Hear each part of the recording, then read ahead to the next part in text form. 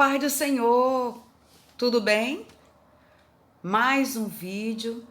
Hoje nós vamos estar falando acerca de Ana. Ana, esposa de Eucana. Nós vamos aprender um pouco com essa mulher, com esta personagem do Antigo Testamento. Eu sou Marlene Mello. Gostaria de, antes de começarmos o nosso estudo, pedir que você se inscreva no canal, você que tem nos acompanhado. Eu tenho sempre pedido para que você se inscreva, para que o nosso canal possa crescer e assim alcançar mais pessoas com a palavra de Deus. Vamos lá, primeiro livro de Samuel, pode abrir aí, Antigo Testamento, primeiro livro de Samuel, capítulo 1, a partir do versículo 1. Primeiro livro de Samuel, capítulo 1, a partir do versículo 1, o texto fala assim: Houve um homem de Ramataim Zofim, da montanha de Efraim, cujo nome era Eucana, filho de Jeroão, filho de Eliú, filho de Tou, filho de Zuf, Efrateu. Aqui no primeiro versículo, o texto está apresentando acerca de Eucana, esse personagem que ele vai entrar em cena, né, no contexto dessa mensagem. E no versículo 2 vai dizer: E este, no caso Eucana, tinha duas mulheres. O nome de uma era Ana e o nome da outra Penina. Penina tinha filhos, porém Ana não tinha filhos. A princípio eu quero explicar por que Eucana tinha uma segunda esposa. Porque debaixo da lei de Hammurabi, né, eles tinham uma lei que chamava Lei de Hammurabi. Essa lei dava a permissão no caso, o homem que casasse com uma mulher, que ela não gerasse filhos, para que a sua descendência desse continuidade, ele poderia casar pela segunda vez para que tivesse filhos. E no caso aqui de Eucana, sua segunda esposa se chama Penina. A questão é que Penina ela vai representar, nesse ambiente aqui, nessa família, porque nós estamos falando de família, ela vai representar uma adversária de Ana. Penina representa aquela pessoa que está no mesmo ambiente, porém, não satisfeita com o que ela tem, ela começa a perseguir uma outra pessoa por não ter a mesma coisa que ela tenha. E é isso que eu quero tratar nessa mensagem, porque nem tudo que eu tenho você vai ter, nem tudo que você vai ter é para eu ter. E nem tudo que você tem agora, eu tenho que ter agora. E o texto que a gente está tratando tem exatamente esse ensinamento, de nós entendermos que Deus ele não quer a mesma coisa para todas as pessoas. E aí o texto vai nos mostrar que Eucana então tinha duas esposas. E essa segunda esposa, a Penina, ela começa a perseguir Ana, e a gente vai entender, eu vou segurar aqui um pouquinho, versículo 3. Subia, pois, este homem da sua cidade de ano em ano a adorar e a sacrificar ao Senhor dos Exércitos, em Siló. E estavam ali os sacerdotes em Siló, e estavam ali os sacerdotes do Senhor, Ofni e Finéias, os dois filhos de Eli. Aqui tem personagens que a gente poderia fazer estudos assim com grande profundidade. Eu tenho até um vídeo, foi logo um dos primeiros, que eu trato acerca do ministério sacerdotal, e eu faço a citação de Ofni e Finéias, filhos do sacerdote Eli. Mas esses dois filhos não vão ser esmiuçados acerca do ministério deles nessa mensagem. Então o texto está nos mostrando que a família de Eucana, casado com Penina e com Ana, a princípio a primeira esposa Ana, por não gerar filho, ele adquiriu um segundo casamento com Penina. Eles subiam até Siló, por quê? Porque lá era onde ficava o templo. E aí eles iam de ano em ano adorar, oferecer os seus sacrifícios. Aqui a gente já começa a observar as características de Ana. Por quê? Porque Ana, muitas vezes, a pessoa quando vai pregar sobre Ana, ou apresentar, né, este personagem, Ana, como uma pessoa frágil, como uma pessoa chorona, mas na verdade, Ana era uma pessoa que tinha uma resistência muito grande, uma resistência emocional, uma resistência espiritual, porque ela acompanhava também a família. Já observou aquelas pessoas que quando estão em luta, a primeira coisa é deixar de lado as coisas espirituais? A primeira coisa é deixar de lado as coisas concernentes ao reino de Deus? Ana não. Ela, como uma esposa obediente, ela acompanhava o seu esposo. E ali elas iam subindo até Siló, até o templo, para sacrificar ao Deus de Israel. No versículo 4 diz que sucedeu que no dia em que Eucana sacrificava, dava a ele porções do sacrifício a Penina, sua mulher, e a todos os seus filhos e a todas as suas filhas. Porém, a Ana dava uma parte excelente, porquanto ele amava Ana. Aqui eu também não vou me deter com maior intensidade a respeito, né, dessa parte do que ele oferecia, do que ele sacrificava, porque eu quero falar exatamente de Ana. Então a gente vê aqui que tudo que ele fazia para Ana bem melhor do que fazia para a Penina. Por quê? Porque o amor verdadeiro de Eucana era por Ana. Mas ele dava atenção também a Penina e aos seus filhos que tinha com Penina. Quando chega no versículo 5, o texto, ele de forma bem clara, ele vai mostrar qual era o sentimento de Eucana para com Ana.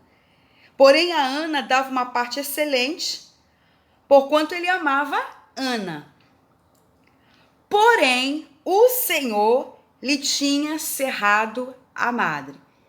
Então, eu estou indo bem devagar para que a gente possa entender o que estava acontecendo com Ana. Muitas pessoas distorcem esse texto. Amados, quem fechou a madre de Ana, quem não deixava Ana gerar filhos, não foi obra de feitiçaria, não foi palavras de maldição, não foi nenhuma maldade por parte de Penina, ainda que ela fosse uma pessoa amarga, ainda que ela fosse uma pessoa perseguidora de Ana. Nada disso influenciou no que Ana estava vivendo naquele momento, naquele período, que a Bíblia não vai nos detalhar quantos anos foram. Só que, pensa comigo, o texto aqui, no versículo 4, vai dizer que Eucana, quando ele dava partes do sacrifício para a Penina, ele dava para a Penina e aos seus filhos. Então a gente está falando do quê? De mais de um filho. Um filho para ser gerado 9 meses. Se é mais de um filho, são o quê? Filhos. Então a gente pode contar aí 5 anos, enfim. Então Ana, ela viveu no mesmo ambiente um momento de tristeza, porque enquanto Penina gerava filhos, a sua barriga crescia, a madre de Ana continuava cerrada. E ela olhava, e eu olhando aqui para cima, né? E ela olhava para os varais, as roupinhas, né, nas pedras penduradas lá, as roupinhas de criança pendurada. E quanto mais Penina pendurava as roupinhas de bebê, Ana não gerava. E quanto mais os bebês choravam, Ana não gerava. Mas um detalhe aqui muito rico na vida de Ana é que tudo isso não retirou de Ana o coração de adoradora. Não retirou de Ana um coração quebrantado, o espírito contrito. Porque aqui vai mostrar que ela também subia para adorar. Ela também orava, ainda que ela tivesse com amargura de alma. Ana, ela orava ao Senhor. E o texto diz aqui que o Senhor tinha cerrado a madre. Então, quem cerrou, quem estava impedindo de Ana gerar filhos, era o próprio Senhor. E sabe o que eu aprendo aqui e passo para vocês? É de que quando Deus, amados, Ele decreta algo na minha vida e diz que não vai acontecer, não adianta que não vai acontecer. Deus aqui, Ele não queria que Ana gerasse filhos. E não é porque a adversária de Ana engravidava que Ana teria que engravidar. Não é porque a adversária de Ana, Penina, pegava o bebê no colo que Ana também ia pegar o bebê no colo. Não é porque Penina lavava as roupinhas, pendurava nos varais, estendia sobre as pedras, passava com os bebês no colo, na frente de Ana, que Ana tinha que também, era como se fosse assim, mostrar, aqui eu também posso. Não, Deus não trabalha dessa forma. Deus, Ele não vai fazer nada para você, no tempo que você quer, só para mostrar para outra pessoa. Deus não vai te levar a um determinado cargo, a um determinado ministério, só porque outro foi levado também. Deus não vai abrir uma porta igual ao do outro para você, só porque o outro entrou por aquela porta. Deus, Ele não trabalha dessa forma. Deus, Ele não vai abrir a porta de um matrimônio, de um relacionamento conjugal para você, só porque a sua amiga, só porque o seu parente, o seu vizinho ou o irmão da igreja casou, você tem que casar agora. Deus, Ele não vai fazer aquilo só para te satisfazer, como vingança para o outro, para mostrar que você... Não! Deus é um Deus de princípios, Deus é um Deus de tempo, Deus é um Deus que quando faz, Ele tem que ter um propósito. E quem estava ali fechando a madre de Ana era o próprio Senhor. E no versículo 6 vai dizer, e a sua competidora, que era Penina, excessivamente a irritava.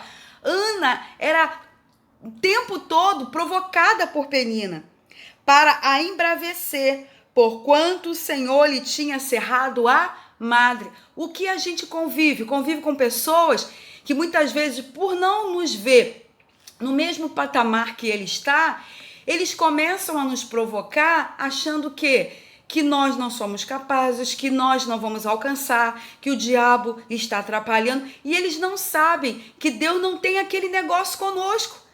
Se Deus tiver mistério no mesmo contexto de Penina conosco, vai ser no tempo de Deus.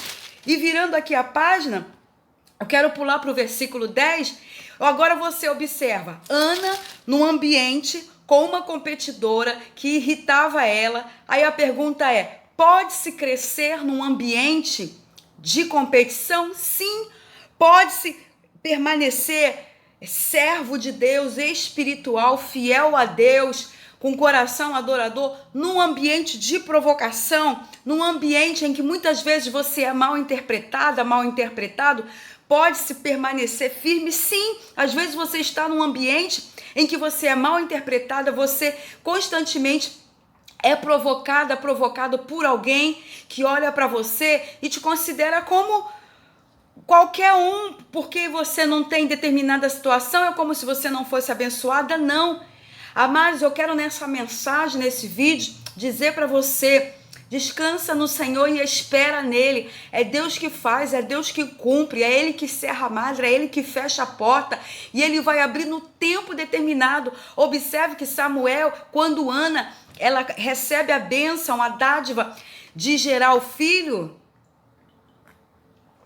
ela não vai gerar no tempo que Penina queria, no tempo que Eucana queria, nem no tempo que Ana queria. Deus vai gerar Samuel no ventre de Ana no tempo certo que Deus queria, para que Samuel nascesse para substituir o sacerdócio de Eli. Eli já estava com seu sacerdócio completamente quebrado, falido. E ali Deus agora faz com que Samuel seja gerado no ventre de Ana, e Samuel vai nascer. Observa que Ana oferece Samuel, tudo no contexto de Deus. E o texto vai dizer aqui no versículo 10 que Ana orava com amargura de alma. e ela chorava abundantemente. Então, amado, se você está num ambiente de competição, num ambiente em que pessoas te provocam, ambiente em que pessoas te perseguem, quero dizer que você pode sim crescer, desde que você entenda que o que está acontecendo com você, se você é uma mulher de Deus, um homem de Deus fiel, tudo que está acontecendo com você tem propósito de Deus. Não foi o diabo que fechou a porta, não é o diabo que está cerrando essa vitória na sua vida, é o Senhor. E Ele vai fazer acontecer no tempo que Ele achar que deve acontecer.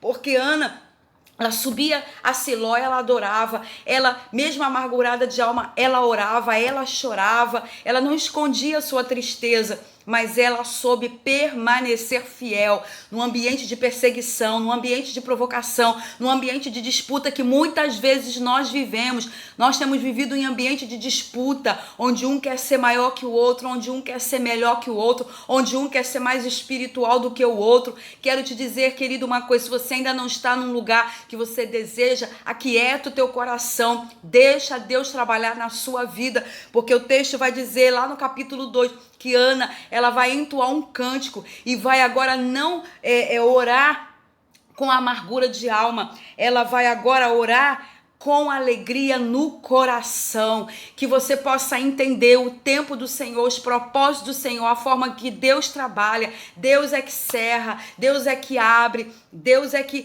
tem o propósito. Mesmo que Penina te provoque, continue fiel. Mesmo que o ambiente esteja um ambiente de competição, continue fiel. Mesmo que estejam te provocando, continue fiel ao seu Deus. Que Deus possa te abençoar abundantemente, de uma forma gloriosa, que sejamos como Ana, que sonhava, que desejava tanto algo de Deus, e ela não mudou o seu posicionamento no mundo espiritual. Que Deus possa abençoar.